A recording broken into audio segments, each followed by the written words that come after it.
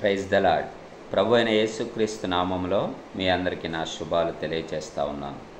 ఈ దిన వాక్య ధ్యానాంశముగా యెహోషువ గ్రంథము 1వ అధ్యాయము 5వ వచనం చూసుకుందాం.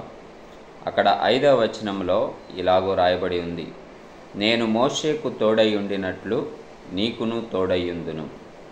ప్రియమైన స్నేహితులారా, ఈ వాక్య ధ్యానంలోకి మనం వెళ్ళడానికి ముందు చిన్న ప్రార్థన చేసుకొని ప్రభువుని వేడుకొని మనం ముందుకు సాగిపోదాం. ప్రేమగల తండ్రి, మీ ఘనమైన పాదములకు వందనాలు, స్తోత్రాలు ప్రభువా. చదవబడిన ఈ మాటల ద్వారా తండ్రి మీరు నాతో మాతో మాట్లాడండి. నన్ను మమ్మల్ని బలపరచమని నీ కృపాహస్తాలకు మమ్మల్ని సమర్పించుకుంటూ యేసు నామంలో ప్రార్థించి అడిగి వేడుకొనిచున్నాము తండ్రి, ఆమేన్. Praise the lord. ప్రియమైన స్నేహితులారా, మనము ఈ యెహోషువ గ్రంథము 1వ అధ్యాయం 5వ వచనంలో ఈ మాటలు చూస్తూ ఉన్నాం. ఈ మాటలు ప్రభువు యెహోషువతో పలుకుచున్నటువంటి మాట. ఏమని సెలవిస్తూ ఉన్నాడు అంటే, ప్రభు అంటూ ఉన్నాడు, నేను మోషేకు తోడై ఉండినట్లు నీకు తోడై ఉండేదను అని. ఈ మాట ఎంతో ఆదరణకరము, ఎంతో ధైర్యాన్ని ఇచ్చేటువంటి మాట. ఎందుకంటే మన జీవితంలో మనకి ఎవరో ఒకరు తోడుండి సహాయం చేస్తూ ఉంటే ఎంతో సంతోషంగా హ్యాపీగా ముందుకు సాగగలం. అలాంటిది ప్రభు అయిన దేవుడే నేను నీకు తోడుంటాను ముందుకు సాగిపోమ్మంటే ఇంకెంతో ధైర్యం కదా. అయితే మరి ప్రభు ఈ మాట నీతో నాతో చెప్పాలని నీవు నేను ఆశపడుతూ ఉంటాం. మరి ఇక్కడ యెహోషువతోటి ఆ మాట అనడానికి గల కారణం ఏంటో మనం కొన్ని విషయాలు ధ్యానం చేయడానికి ప్రయత్నం చేద్దాం.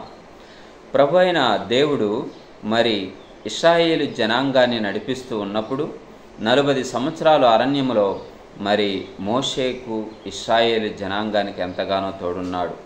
ఇశ్రాయేలీలకు మరి దేవునికి మధ్య ఎటువంటి సంభాషణ జరగాలన్నా, ఎటువంటి విషయాల్లో మరి వారిరువురి మధ్య ఆ యొక్క సంబంధం కొనసాగాలన్నా మధ్యవర్తిగా మోషే ఉన్నట్లు మనకి తెలుస్తూ ఉన్నది. ఎందుకంటే ప్రభువు మోషేతో మాట్లాడిన ప్రతిసారి మోషే ఆ మాటలను తీసుకొచ్చి ఇశ్రాయేలీయులకు వినిపించేవారు. ఇశ్రాయేలీయులు ఏమైనా దేవునితో చెప్పాలనుకున్నా, దేవునికి వేడుకోవాలనుకున్నా ఇశ్రాయేలీయులు మోషేకి చెప్పేటువంటి వారు. అంటే ఇశ్రాయేలీయులకి ప్రభువుకి మధ్యలో మోషే ఉన్నాడు. అంటే మోషేతోటి దేవుడు ప్రతినిత్యము మాట్లాడేటువంటి వాడు, మోషేకి గైడెన్స్ ఇచ్చేటువంటి వాడు, మోషేకి తోడుగా ఉండేటువంటి వాడు. అనేక మార్లు మరి ఇశ్రాయేలు జనాంగము ఆహారము నిమిత్తము మరి వారి పడుతున్న శ్రమల నిమిత్తము మోషే మీద సనిగినప్పుడు మోషే వారిని ఏమీ నిందించలేదు, కానీ డైరెక్ట్గా వెళ్ళి దేవునితో మొరపెట్టుకునేటువంటి వాడు. వారు గొనిగిన సనిగిన ప్రతిసారి కూడా మోషే దేవుని దగ్గరికి వెళ్ళి మరి మాట్లాడేటువంటి వాడు. అంటే వారి సంబంధము అంత ఎక్కువగా ఉంటూ ఉన్నదని మనము అర్థం చేసుకోవచ్చు. అయితే ఇక్కడ యెహోషువతోటి దేవుడు ఏమంటా ఉన్నాడు, నేను నీకు మోషేకు తోడై ఉండినట్లు నీకు కూడా తోడుంటానంటా ఉన్నాడు.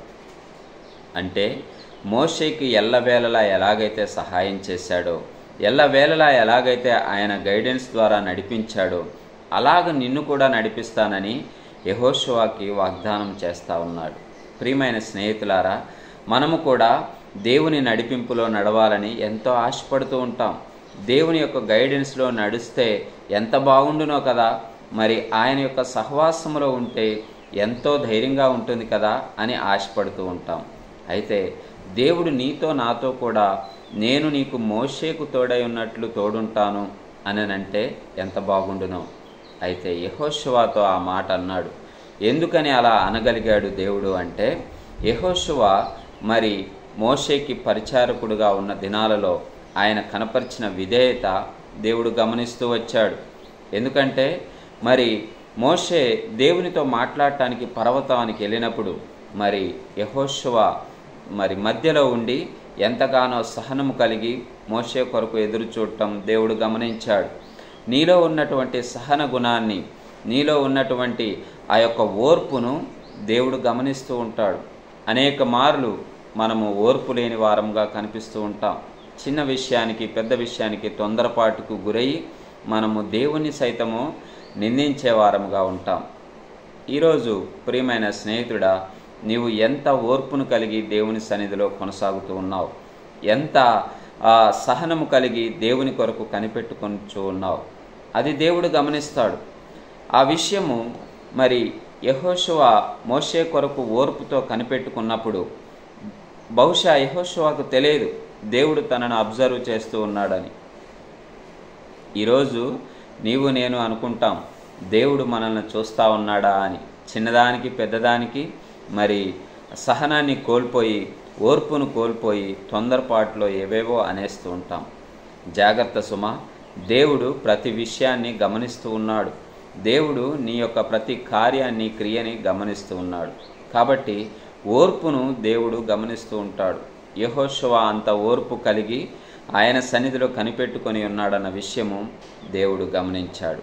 ఆ రీతిగానే మరి మరో విషయము, మోషే మరి వేగు చూడడం కోసము ఇశ్రాయేలు జనాంగా నుంచి కొందరిని ఆ దేశానికి పంపినప్పుడు మరి వారిలో అందరూ కూడా మరి ఒక రిపోర్ట్ ఇస్తే మరి కాలేబు యెహోషువ మాత్రమే మరి ఒక మంచి రిపోర్టు మోషేకు అందించారు. అదేంటంటే ఆ ప్రాంతంలో ఉన్న వారందరూ దీర్ఘదేహులని, గొప్ప గొప్ప బలము కలిగిన వారని, శక్తి కలిగిన వారని అందరూ కూడా వారి యొక్క దేహాలను, వారి యొక్క ఆకారాన్ని చూసి మరి జడిసిపోయారు. మోషేకు వచ్చి చెప్తా ఉన్నారు, మనము వారి దగ్గర వారి ఎదుట మిడతల వలె ఉంటాము, కానీ మనము వారి దేశాన్ని స్వాధీనపరచుకొనలేమని అందరూ చెప్పినప్పుడు ఒక కాలేబు యెహోషువ మాత్రమే మన దేవుడు మనకు సహాయం చేస్తాడు, వారిని ఆ దేశాన్ని మనకు అప్పగిస్తాడు అని ధైర్యంగా చెప్పగలిగారు. ప్రియమైన స్నేహితుడా, యెహోషువలో ఉన్న మరొక లక్షణం ఏంటంటే దేవుని యందు ఆయన నమ్మిక ఉంచాడు. మన ఎదుటున్న సమస్యను చూడలేదు. ఆయన ఎదుటున్న దీర్ఘదేహులు ఆయనకి దేవుని కృపను బట్టి చిన్నగా కనిపించారు. ఆయన ఎదుటున్న బలవంతులు, శూరులు దేవుని దృష్టికి ఎంతో తక్కువ వారని యెహోషువ ఎంచుకున్నాడు. అందుకే మోషేతోటి చెప్తా ఉన్నాడు కదా, వారి దేశాన్ని, వారిని దేవుడు మనకి తప్పక అప్పగిస్తాడు అని చెప్తా ఉన్నాడు. ప్రియమైన స్నేహితుడా, నీ ఎదుట ఉన్న సమస్యను కావచ్చు, నీ ఎదుట ఉన్న ఇబ్బందిని కావచ్చు చూసి నువ్వు అంత పెద్దగా ఉంది, కొండంతగా ఉందని భయపడి జడిచిపోతూ ఉన్నావా? లేదా దేవుని శక్తి ముందు, దేవుని కృప ముందు అది చిన్న నూలుపోగుతో సమానమని ఎంచుతున్నావా? దేవుడు నీ యొక్క విశ్వాసాన్ని ఆ రీతిగా గమనిస్తాడు. యెహోషువ యొక్క విశ్వాసాన్ని అలాగ గమనించాడు ప్రభు. ఎందుకంటే వేగు చూడటానికి వెళ్ళిన వారందరూ కూడా మరి ఆ దీర్ఘదేహులను, ఆ శూరులను చూసి భయపడిపోయినారు. కానీ యెహోషువ మాత్రము మన దేవుడు శక్తి గలవాడు, ఆ దేశాన్ని, ఆ యొక్క దీర్ఘదేహులను వారందరినీ మనకు అప్పగిస్తాడని మోషేకు, ఇశ్రాయేలు జనాంగానికి తెలియచేసినట్లు మనకు కనిపిస్తూ ఉన్నాడు.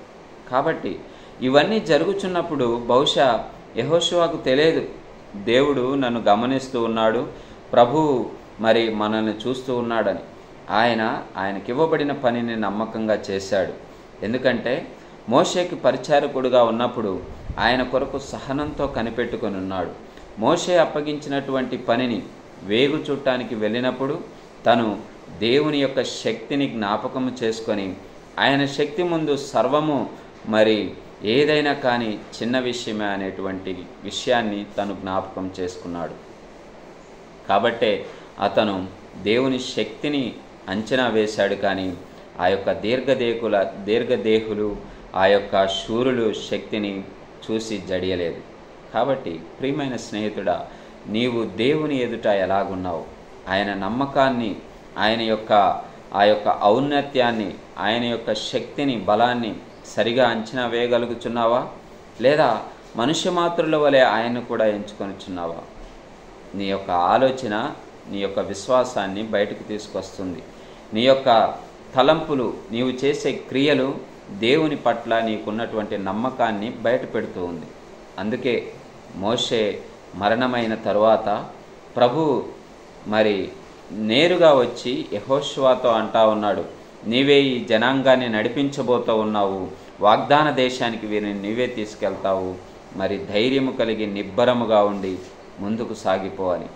ప్రియమైన స్నేహితుడా, అందుకే మరి యెహోషువతో దేవుడు అంటూ ఉన్నాడు, మోషేకు తోడై ఉండినట్లు నీకు తోడుంటాను అని. ఈరోజు మరి గొప్ప గొప్ప దైవజనులకు తోడున్నట్లుగా, గొప్ప గొప్ప దైవజనుల ప్రార్థన వింటున్నట్లుగా దేవుడు నీ ప్రార్థన విని నీకు తోడుండాలని ఆశపడుతూ ఉన్నావా? అయితే దేవుని పట్ల నీ నమ్మకం ఎలాగున్నది? దేవుని పట్ల నీ ఆలోచనలు ఎలాగున్నవి? నీకెదురైన సమస్యలు చూసి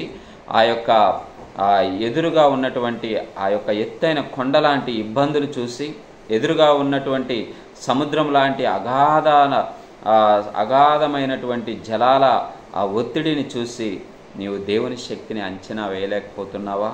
దేవుని శక్తిని నిజముగా గ్రహించలేకపోతున్నావా? అలాగైతే ఇప్పుడే నువ్వు మేలుకొని విశ్వాసంలో ముందుకు సాగిపోగలిగితే, దేవుని శక్తిని నిజముగా నువ్వు నమ్మగలిగితే, యెహోషువతో అన్న మాట ప్రభువు నీతోటి కూడా అంటాడు. ఎందుకంటే యెహోషువ దేవుని శక్తి యందు నమ్మిక ఉంచాడు.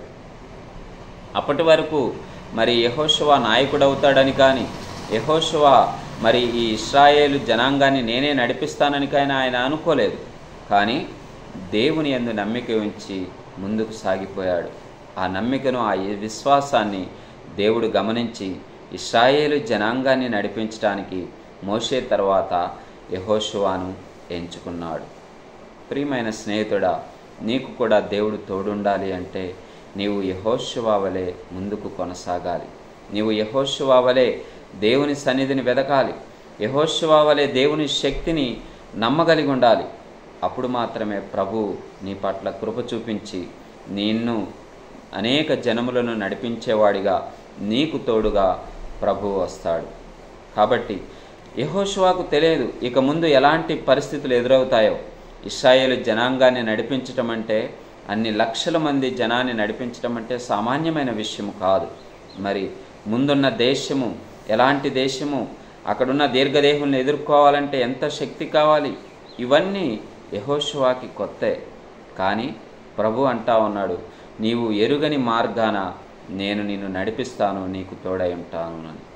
మరి ఈ దినాన్న ఈ జీవితంలో ఈ యొక్క కొట్టుమిట్టాడుతున్న పరిస్థితుల్లో, ఈ ఒక వలలాగా చిక్కుకున్నటువంటి నీ జీవితంలో నీకు తెలియదు, బహుశా నీ కుటుంబ జీవితంలో ఎదురయ్యే సమస్యలేంటో, రానున్న దినాల్లో ఎలాంటి మార్గంలో గుండా నిన్ను ప్రభువు నడిపిస్తాడో.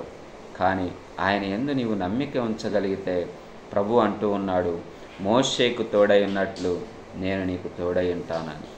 అదే మాట ప్రియ స్నేహితుడా, నీవు కూడా దేవుని యందు నమ్మిక ఉంచగలిగితే, ఆయన శక్తిని నమ్మగలిగితే, యెహోషువతో అన్న మాట నీతోటి నాతోటి ప్రభు అనడానికి సిద్ధంగా ఉన్నాడు.